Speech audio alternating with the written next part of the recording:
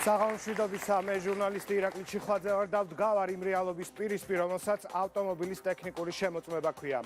ავტოსაგზაო შემთხვევების შედეგად ყოველწლიურად ასობით ადამიანი იღუპება, მიზეზად არასწორი მანევრი, სიჩქარის გადაჭარბება, ნასვამ მდგომარეობაში მანქანის მართვა და ქვეითების არასწორი ქცევა სახელდება. მანქანის გაუმართავობაზე საუბარს ერიდებიან, არადა ღიად უნდა ითქვას, რომ ჩვენ სიცოცხლეს მოძველებული ავტომობილიც უქმნის საფრთხეს. ბევრჯერ მოგვისმენია შემდეგი ფრაზები: მუხრუჭმა უმტყუნა, საბურავი გასკდა, მართვის სისტემა გამოვიდა მწყობრიდან, სხვა შემთხვევაში კი უბედურება არ მოხდებოდა. დიახ, რომ არ მოხდეს, აუცილებელია მოგზაურს პასუხისმგებლობა საკუთარ და სხვის სიცოცხლეზე. დღევანდელი გადაცემიდან გაიგებთ, რა დაგიჯდებათ ავტომობილის ტექნიკური შემოწმება, ვის ექნება პირველი იანვრიდან ტექდათვალიერება და რა პრინციპით დადგინდება რიგითობა იმ ავტომობილებს შორის, რომლებიც პირველ ეტაპზე გაივლიან კონტროლს და რა ხდება მაშინ, როცა ავტომობილმა ვერ გაიარა ტექნიკური შემოწმება. ჩამოვდივართ და ვტოვებთ მანქანას სახლში თუ ვაგრძელებთ გადაადგილებას.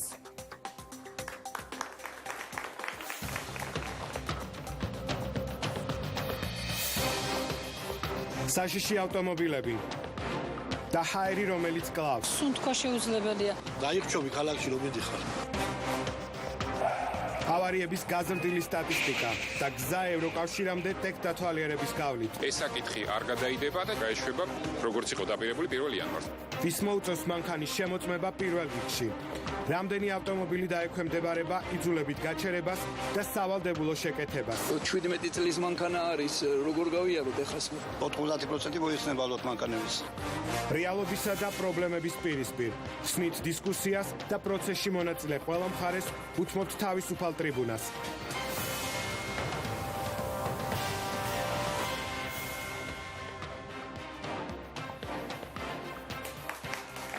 დავიდრე დისკუსიას გავხსნით მცირე ინფორმაცია, რომელიც ბუნებრივია გამოგადგებათ. საქართველოში ყოველ 3 მოქალაქეზე მინიმუმ 1 ავტომობილი მოდის. ქვეყანაში 1,200,000 მანქანა რეგისტრირებული.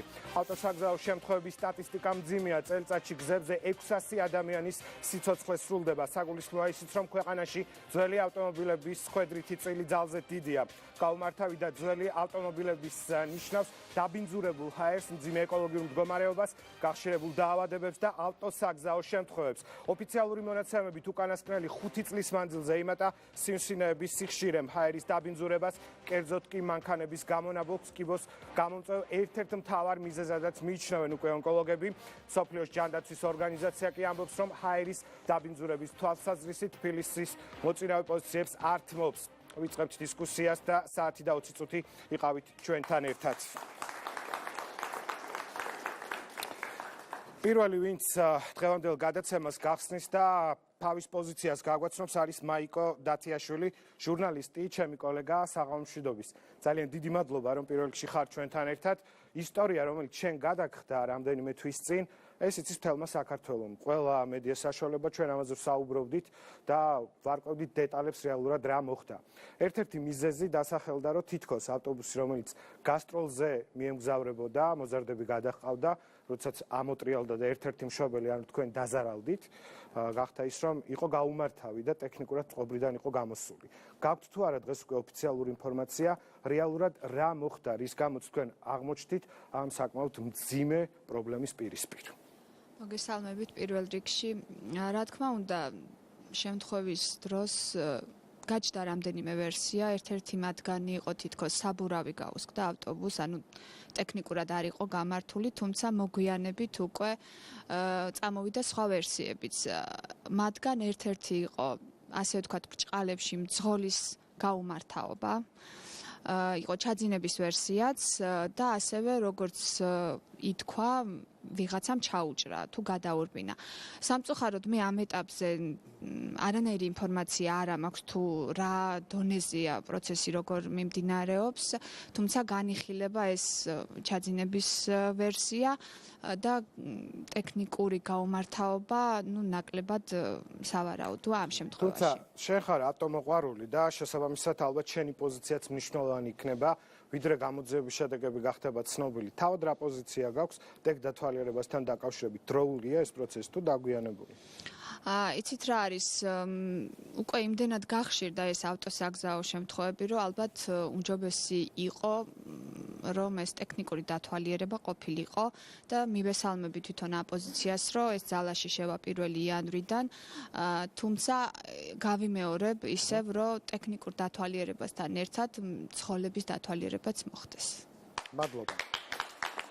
სტუდიაში იმყოფება თემო არაბიძე, ნიჭერის ერთ-ერთი გამარჯვებული. ძალიან დიდი მადლობა, რომ ამ თემაზე სასაუბროდ შემოგვიერთდი და ბუნებრივია, შენი პოზიცია არის ჩვენთვის ძალიან მნიშვნელოვანი, ვინაიდან მდგომარეობა, რომელიც გაქვს შენ, ეს უკავშირდება სწორედ ავტოსაგზაო შემთხვევას. თუმცა შენ შემთხვევაში ჩვენ ბუნებრივია არ დავსვამთ კითხვას, იყო თუ არა ავტომობილი გაუმართა, ვინაიდან ვიცით, რომ ეს იყო ახალი ავტომობილი, რომელთაც გადაადგილდებოდი, მაგრამ პოზიცია, რომელიც გაქვს შენ და გაქვს თუ არა ინფორმაცია რეალურად, რას ითვალისწინებს ტექდათვალიერება და მომხრე ხარ თუ მოწინააღმდეგე? მოგესალმებით, მადლობა მოწვევისთვის. რაც შეეხება ტექდათვალიერებას, ეს ძალიან დიდი ხნის წინ უნდა დაწყებულიყო. ჩვენ როცა სახელმწიფოებს უჩნდება პრობლემა, რომ ჩვენ ძლიერი სახელმწიფო ვართ, მე ვგულისხმობ 2003 წლიდან, რაც მე თავი მახსოვს. ასე შემდეგ და ევროპაზე პრეტენზია გაუჩნდა საქართველოს, რომ ჩვენ ქართველი და ევროპელები ვართ. ეს უნდა მოხდარიყო უკვე ნელ-ნელა, უკვე გავიდა 15 წელი. ძალიან სამწუხაროა, რომ დღეს 21 საუკუნეში 2017 წელს საუბრობთ ამაზე. ტექდათვალიერებაზე. ავარიებზე, ცოტა ხანში მოგახსენებთ მაგასაც. მოკლედ, რაც შეეხება ჩემ ავარიას, ეს იყო ჩემი თანატოლის ბრალი, იმიტომ რომ სახელმწიფო ძალიან მარტივად არიგებდა და დღესაც არიგებს მართვის მოწმობებს. რაღაც 1-2 ღერძულა ხაზების რაღაც ტრუბების გადაკვეთა და всё, მართვის მოწმობა უკვე ჯიბეში გაქვს 50 ლარს გადაეხდი და всё. ეს იყო ძალიან საშინელია ზოგადად ავარია. და მე ვუსურვებ, რომ არავინ არ გამოცადოს მსგავსი რაღაც და თუმცა ეს არის აუცილებელი, რაზეც დღეს საუბრობს ეკონომიკის სამინისტრო და სახელმწიფო ტექნიკური შემოწმება ავტომობილების. კი, რა თქმა უნდა, ეს აუცილებელია. ეს მართლა დიდი ხნის წინ უნდა დაწყებულიყო და სამწუხაროა დღეს, რომ ბევრი ადამიანი იღუპება გაუმართავი ავტომობილით. არ არის ეს მარტო მძღოლების ბრალი. მძღოლების ბრალიც არის უმრავლესობა 50-50-ია გაუმართავის და მძღოლების ბრალიც. ჩვენთან სტუდიაში იმყოფება კახა აფციაური, რომლის შესახებაც ასევე თელმა საქართველოს მიცის. ბატონ კახა, იმედის კვირაშიც გქონდა ჩვენ რეპორტაჟი მომზადებული იმ ტრაგედიასთან დაკავშირებით, რომელიც თქვენმა ოჯახმა გადაიტანა, ერთ-ერთი რბოლის დროს დაიღუპა თქვენი ოჯახის წევრი. თუმცა თქვენ ასევე ხართ ავტოგასამართი ცენტრის თანამშრომელი და კარგად იცით რა მდგომარეობაშია ავტოპარკი საქართველოს. შეგიძლიათ გაგვიზიაროთ თქვენი შთაბეჭდილება ტექნიკური დათვალიერების შედეგად რა მდგომარეობამდე მივლენ მძღოლები?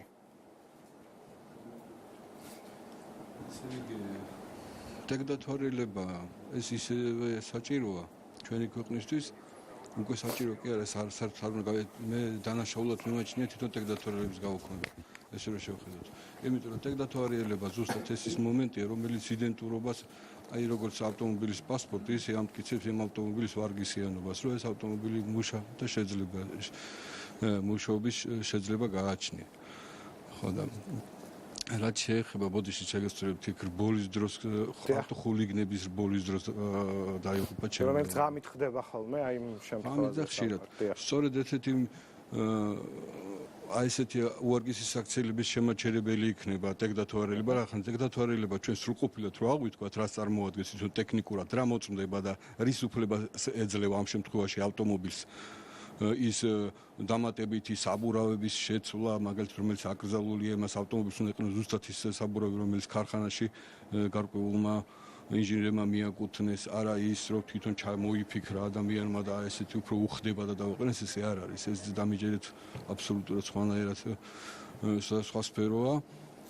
ბატონ კახა, თვითონ მძღოლი რამდენად არის დაინტერესებული, რომ გამართული ყავდეს მისი მანქანა. ჩვენ შესაძლოა ვისაუბროთ სახსრებზე და ასე შემდეგ, მაგრამ ვინც თქვენთან მოდის და მოყავს მანქანა, ამ შემთხვევაში ძალიან მოკლედ მძღოლების უმეტესობა მძღოლების, რომლებიც შევდიან ავტოსერვისში ავტომობილის შესაკეთებლად, ისინი ისე დონეზე ამზადებენ ავტომობილს, რომ ეს ავტომობილები გაევლიან ტექდათვალიერებას. თუმცა ალბათ ხანმოკლე იქნება ეს პროცესი. ცუდი სახელივით ხდება ტექდათვალიერება, რომელსაც მომავალში ტექინსპექტირება ერქმევა.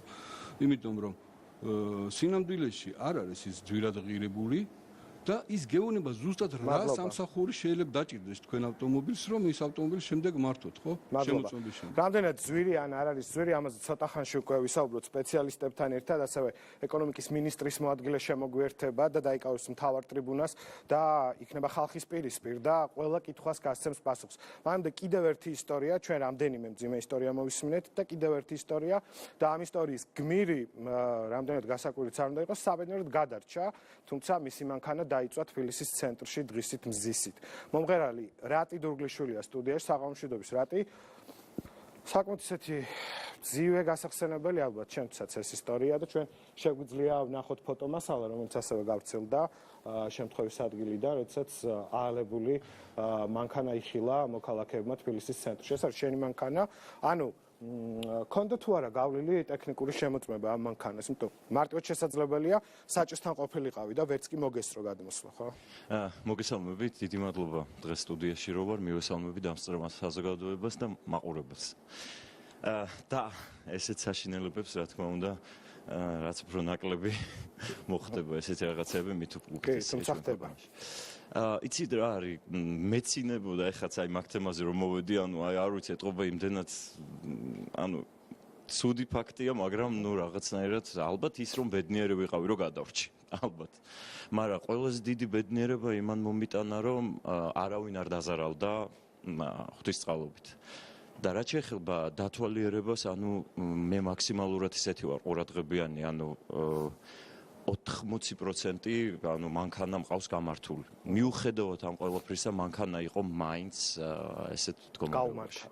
შემოწმებული იყო ეს მანქანა რამდენიმე თვით ან კვირით ადრე. იცი რა არის, 2 თვეში ერთხელ, 3 თვეში ერთხელ მე დავდივარ ყოველთვის დაწესებულებაში, სადაც ვამოწმებ ჩემ ავტომობილს, რომელიც ეხლა ყავს. ასე რომ მართლა იმის გარდა რომ ჩემი სიცოცხლე, სხვის სიცოცხლე უფრო ძვირფასია.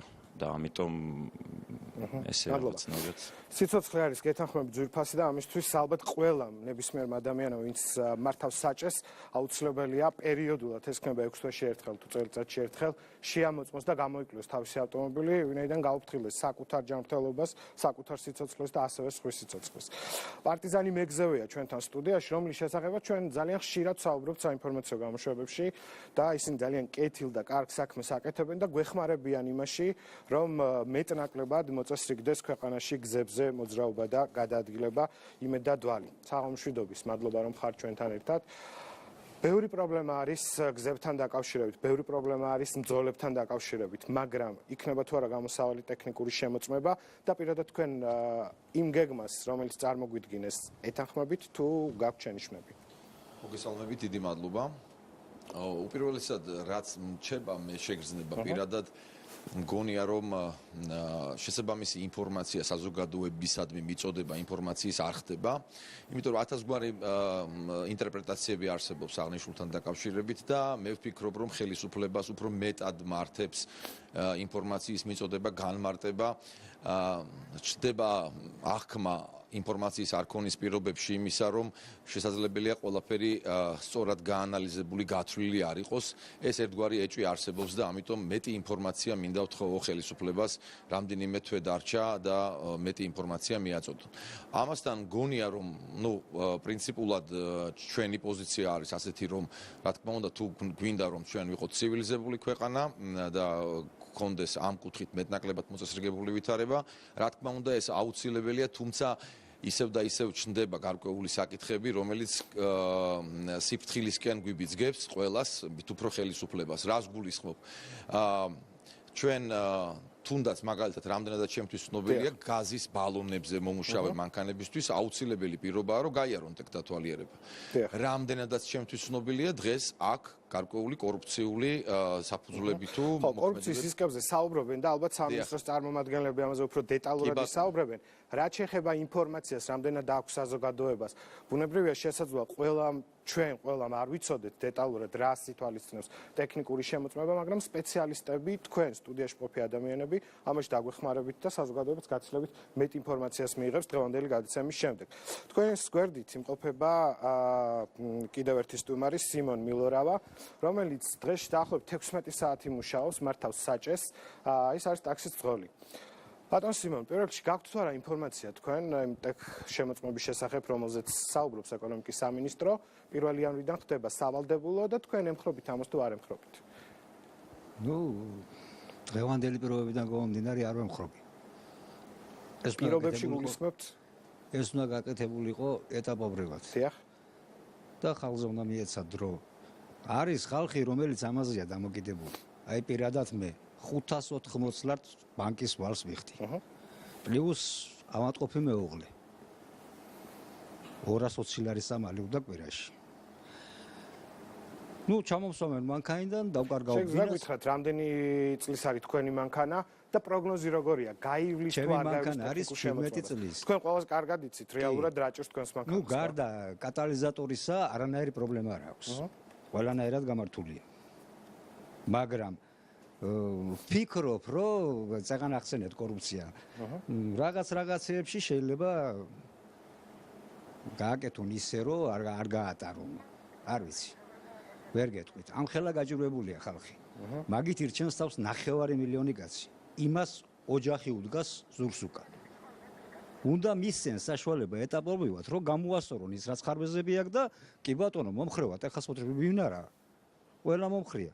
სუფთა ჰაერი, კარგი მანქანა, ყველას უნდა. კი, თუმცა ალბათ თუ ამ ყველაფერზე თანხმდებით, მაინც დროული არის და შესაძლოა დაგვიანებული იყოს. კი ბატონო, მაგრამ ეკონომიურად არა ხალხი მზად.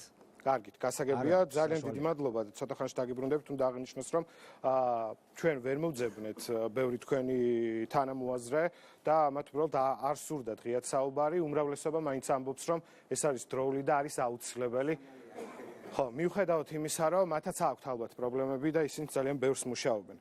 თიკო ფეიქრიშვილი, ჩემი კოლეგა, ჟურნალისტი, იმყოფება ჩვენთან სტუდიაში, რომელიც ძალიან ხშირად ამზადებს ჟურნალისტურ გამოძიებას და ერთ-ერთი მიმართულება იყო ჰაერი, ასევე ტექნიკური შემოწმება ავტომობილებს და ასე შემდეგ. მოკლედ, თიკოსთან ერთად გავაგზავნებ ახლა საუბარს. თიკო, საღამოშვიდობის, მადლობა, რომ ხარ ჩვენთან ერთად.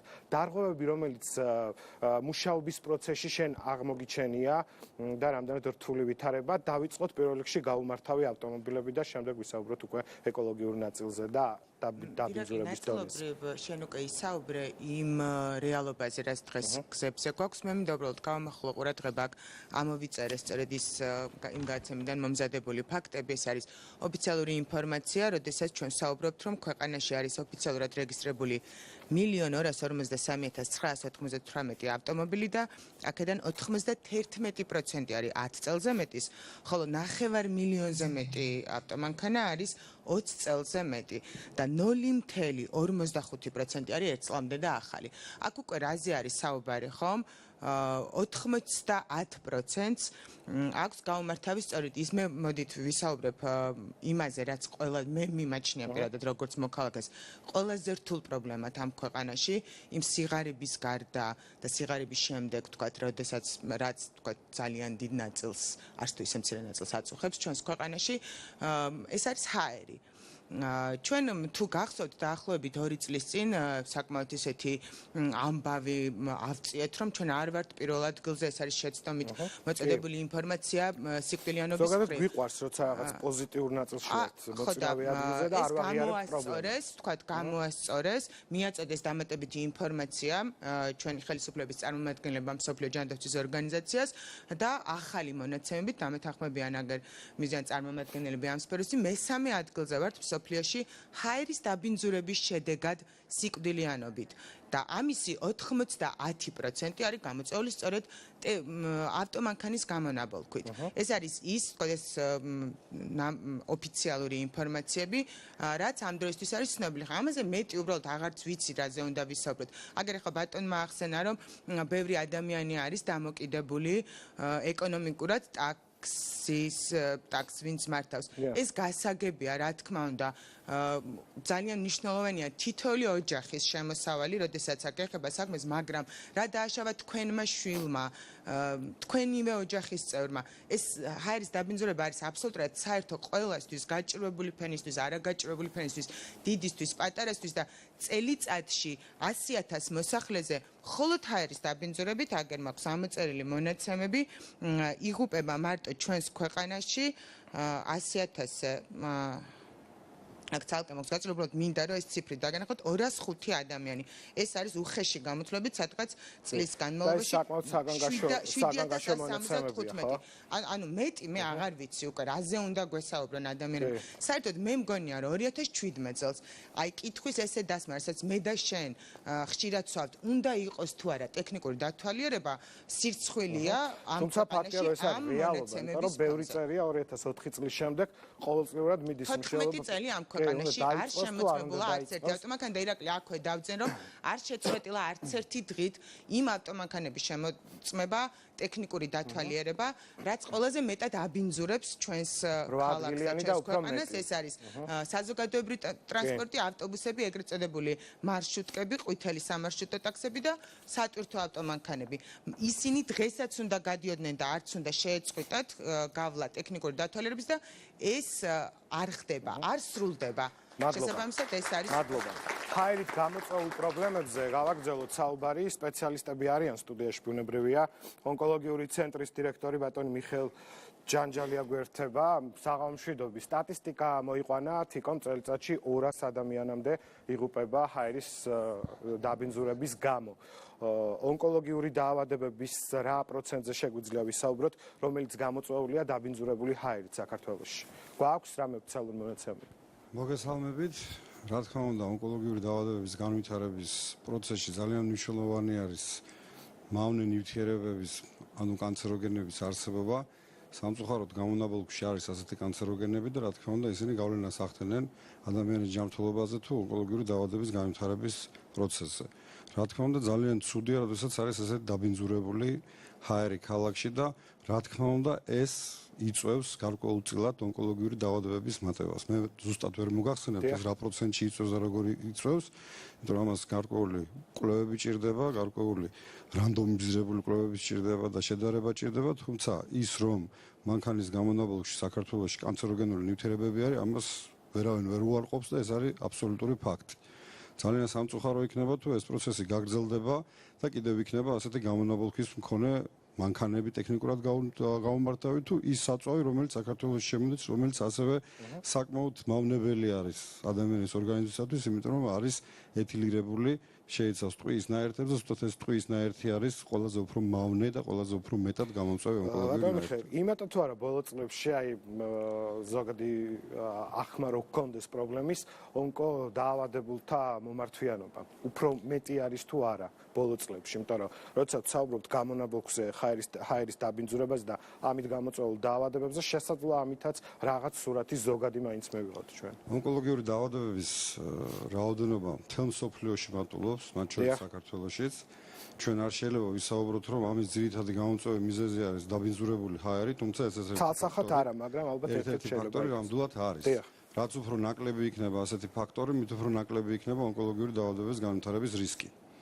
თუმცა იმის ცალსახად თქმა, რომ დღეს საქართველოში ონკოლოგიური პრობლემები არსებობს მარტო იმიტომ, რომ დაბინძურებული ჰაერია, ეს ნამდვილად არ შეიძლება. და თქვენი პოზიცია ძალიან მოკლედ რო დავაფიქსიროთ. მომხრე, მოწინააღმდეგე თუ ფიქრობთ რომ დაგვიანებულია? დაგვიანებულიც არის და მომხრეც ვარ. უნდა გაკეთდეს აუცილებლად, იმიტომ რომ იმდენად საშიშია და იმდენად. მადლობა. კოტე მათითაშვილი ასევე ჩვენთან სტუდიაში. ძალიან დიდი მადლობა რომ ხარ დღის ბოლოს ჩვენთან ერთად.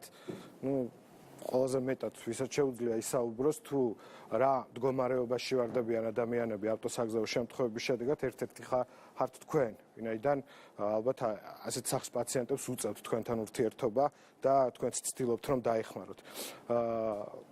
პირველ რიგში პოზიცია მაინტერესებს თქვენი. მომხრე ხართ, მოწინააღმდეგე, გაქვთ რაიმე კითხვები, ინფორმაცია სრულყოფილია, რომელიც გაავრცელა შესაბამის მადლობა მოწვევისთვის, მოგესალმებით. პირველ რიგში, რა თქმა უნდა, მომხრე ვარ იმისა, რომ ცივილიზაციას დავეწიოთ და ვიყოთ ცივილურები. ამის გარეშე ვერ განვითარდებით. ის სტატისტიკა, რაზედაც ვისაუბრეთ, არის მძიმე. ერთადერთი ვიცი, რომ ალბათ ჩემის აზრით ამ ყველაფერს უნდა კონდეს რაღაც ეტაპური და ლოგიკური სვლა და არ უნდა იყოს ქაოტური და არ უნდა იყოს ოღონდ სწრაფად გავაკეთოთ ტექდათვალიერება, შემოვიღოთ ყველა მანქანა, დავათვალიეროთ და ამითი კარგად გავხდებით. ასე კარგად ვერ გავხდებით. ამას ჭირდება ალბათ გაწერილი გეგმა, შეიძლება იყოს 10 წლიანი, 15 წლიანი, მაგრამ დაწყება ამისი არის აუცილებელი ჩემის აზრით. მე საკუთარი გამოცდილებიდან გეტყვით, რომ გავრბი ვარ თბილისიდან, თუნდაც კუსტბაზე ან ლისის ტბაზე, სადაც მართლა ვგრძნობ აი ამ პატარა სიმაღლეზე სუფთა ჰაერის არსებობას და ეს არ არის არც სტატისტიკა, ეს არ არის არც რაიმე ინფორმაცია, ეს არის სუბიექტური ჩემს მიერ აღქმული რეალობა. რაც შეეხება ტრაუმატიზაციას, ბუნებრივია თქვენ ისაუბრეთ აქ არიან ადამიანები, ვინც ეს თავის თავზე გაიარა, საკმაოდ მძიმედ გაიარა და სამწუხარო რომ ასეთი რამ ხდება, არა მარტო ჩვენთან მთელ მსოფლიოში ხდება ასეთი ცუდი შემთხვევები, მე იმედი მაქვს რომ ტექდათვალიერება მკვეთრად შეამცირებს აი ამ უბედურ შემთხვევებს. რა ეს არის მთავარი. დიდი მადლობა და დრო არის ყველამ ერთად უკვე მოვისმინოთ ოფიციალური პასუხი ყველა იმ კითხვაზე, რომელიც საზოგადოებას თითოეულ ჩვენგანს აქვს ეკონომიკის სამინისტროსთან, ეკონომიკის მინისტრის მოადგილე შემოგვიერთება სტუდიაში, გთხოვთ მობრძანდეთ ტრიბუნასთან.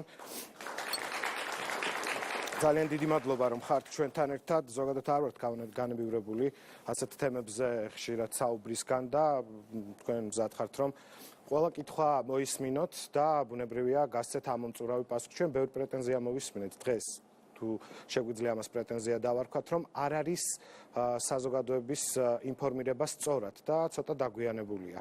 რა ეტაპზე ვართ? წინ დაახლოებით 2 თვე დაგჭირთ, სამოქმედო გეგმა უკვე გამოქვეყნებულია და ყველასთვის ხელმისაწვდომია. მოგესალმებით, პირველ რიგში დიდი მადლობა, მივესალმებით თქვენს მაყურებელს და ამსწრეს სტუმრებს. პირველ რიგში უნდა აღინიშნოს, რომ 2018 წლის 1 იანვარს იწყება პროცესი, რომელიც გაგრძელდება 2 წლის განმავლობაში.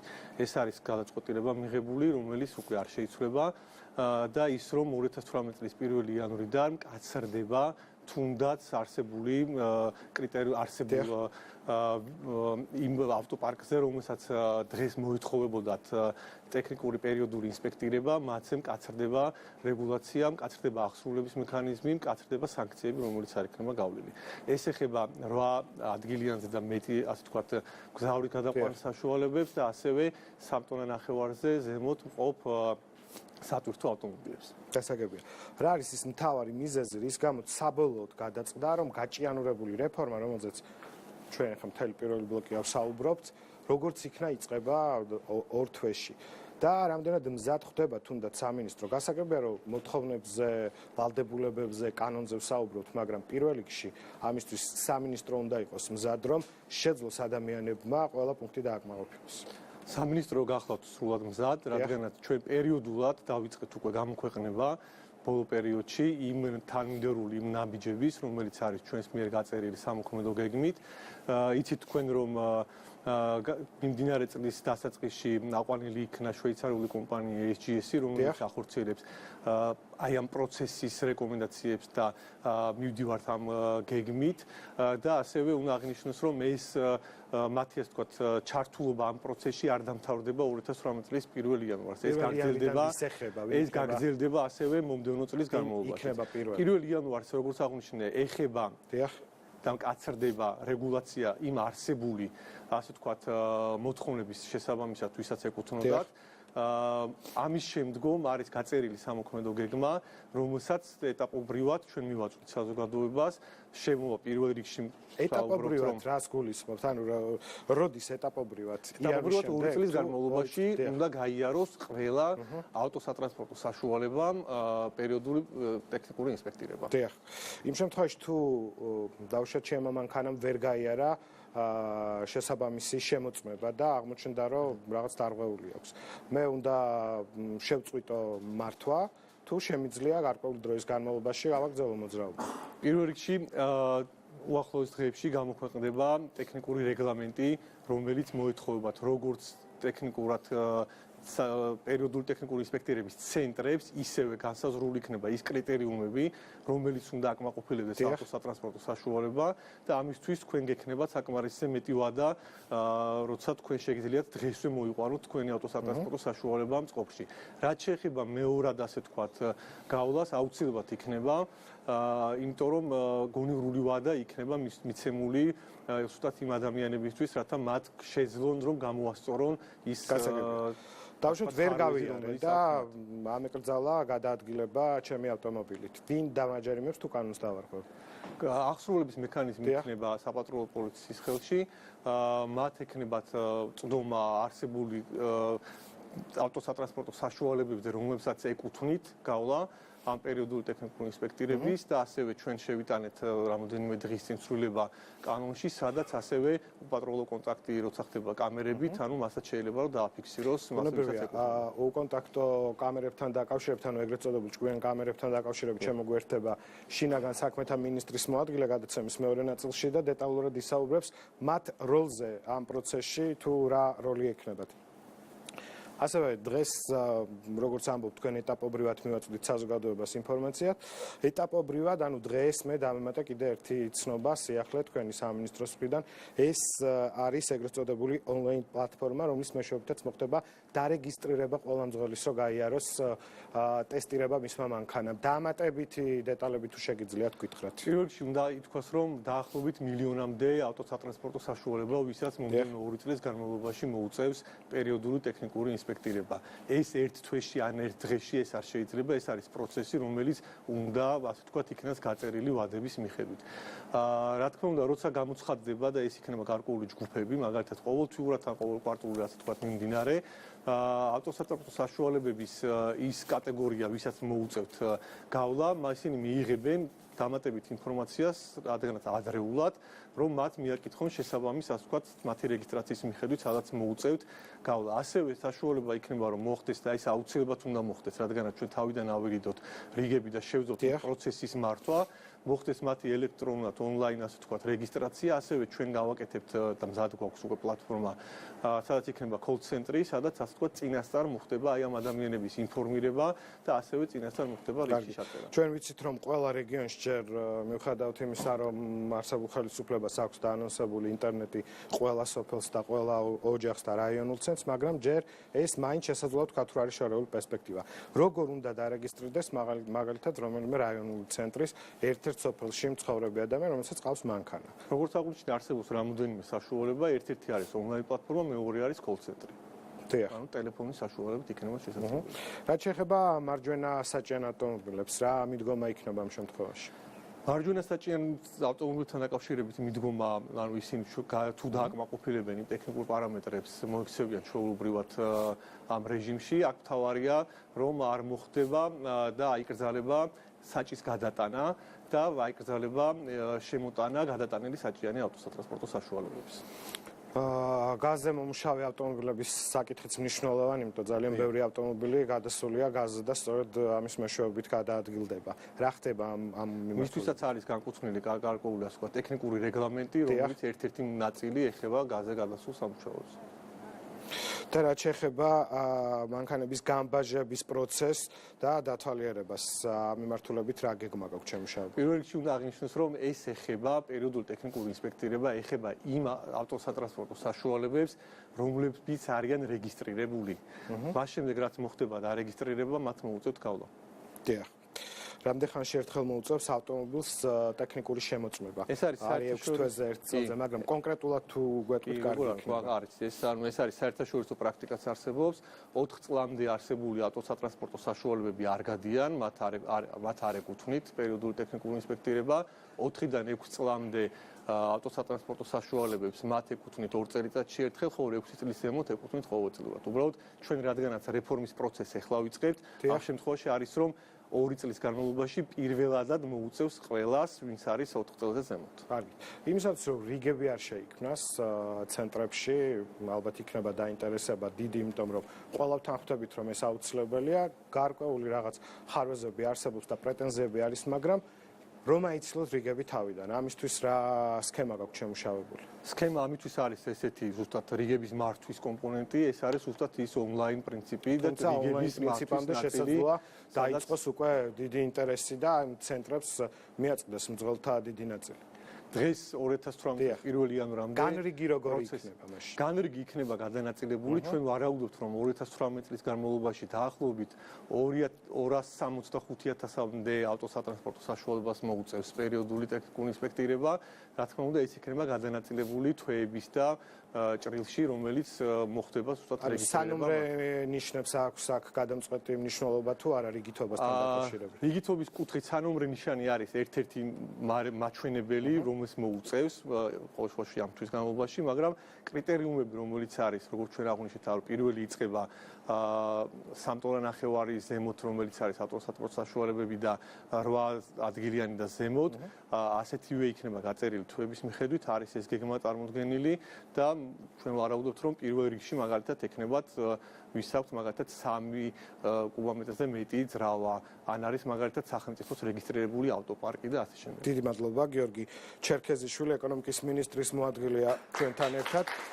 და ჩვენ შეგვიძლია ერთგვარ რეზიუმე გავუკეთოთ თქვენს ინტერვიუს, ის ინფორმაცია, რომელიც ჩვენ დაგვრჩა თქვენი ინტერვიუს შემდეგ და შემდეგ უკვე გადავიდეთ დისკუსიაზე და ბუნებრივია თქვენც ჩაერთვებით ამ დისკუსიაში და კითხვა-პასუხის რეჟიმში გავაგრძელებთ საუბარს. მადლობა. ტექდათვალიერება საწყის ეტაპზე დიდი მოცულობის ძრავის მქონე მანქანების შემოწმებით დაიწყება. ანუ პირველ რიგში ტესტირება 3.0 ძრავის მქონე ავტომობილები გაივლიან. რიგითობა სანომრე ნიშნების მიხედვით განისაზღვრება. ტექდათვალიერების საფასური 50-დან 70 ლარამდე ეღირება. ინსპექტირებამდე მძღოლებისთვის შეიქმნება სპეციალური ონლაინ პლატფორმა, სადაც ავტომფლობელებს ტექდათვალიერებამდე რეგისტრაციის გავლა მოუწევთ. იმ ავტომობილებს, რომლებიც ტექდათვალიერებას ვერ გაივლიან, მანქანის მოსამზადებლად ერთთვიანი ვადა მიეცემათ. მძღოლი ამ პერიოდის განმავლობაში მანქანას არ აჩერებს. მძღოლებს, რომლებიც ტექდათვალიერებას დადგენილ ვადებში არ გაივლიან, პატრული დააჯარიმებს.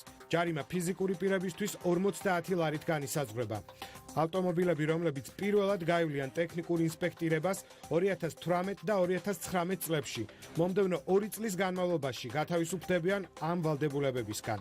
2019 წლის შემდეგ ტექდათვალიერების პერიოდულობა განისაზღვრება შემდეგნაირად. 4 წლამდე ავტომანქანებისთვის ინსპექტირება არ იქნება საჭირო, 4-დან 6 წლამდე 2 წელიწადში ერთხელ, ხოლო 6 წლის ზემოთ ასაკის ავტომანქანებისთვის ყოველწლიურად. ქვეყნის ავტოპარკი ტექნიკურ ინსპექტირებას სრულად 2019 წლის ბოლომდე გაივლის. აი ასეთია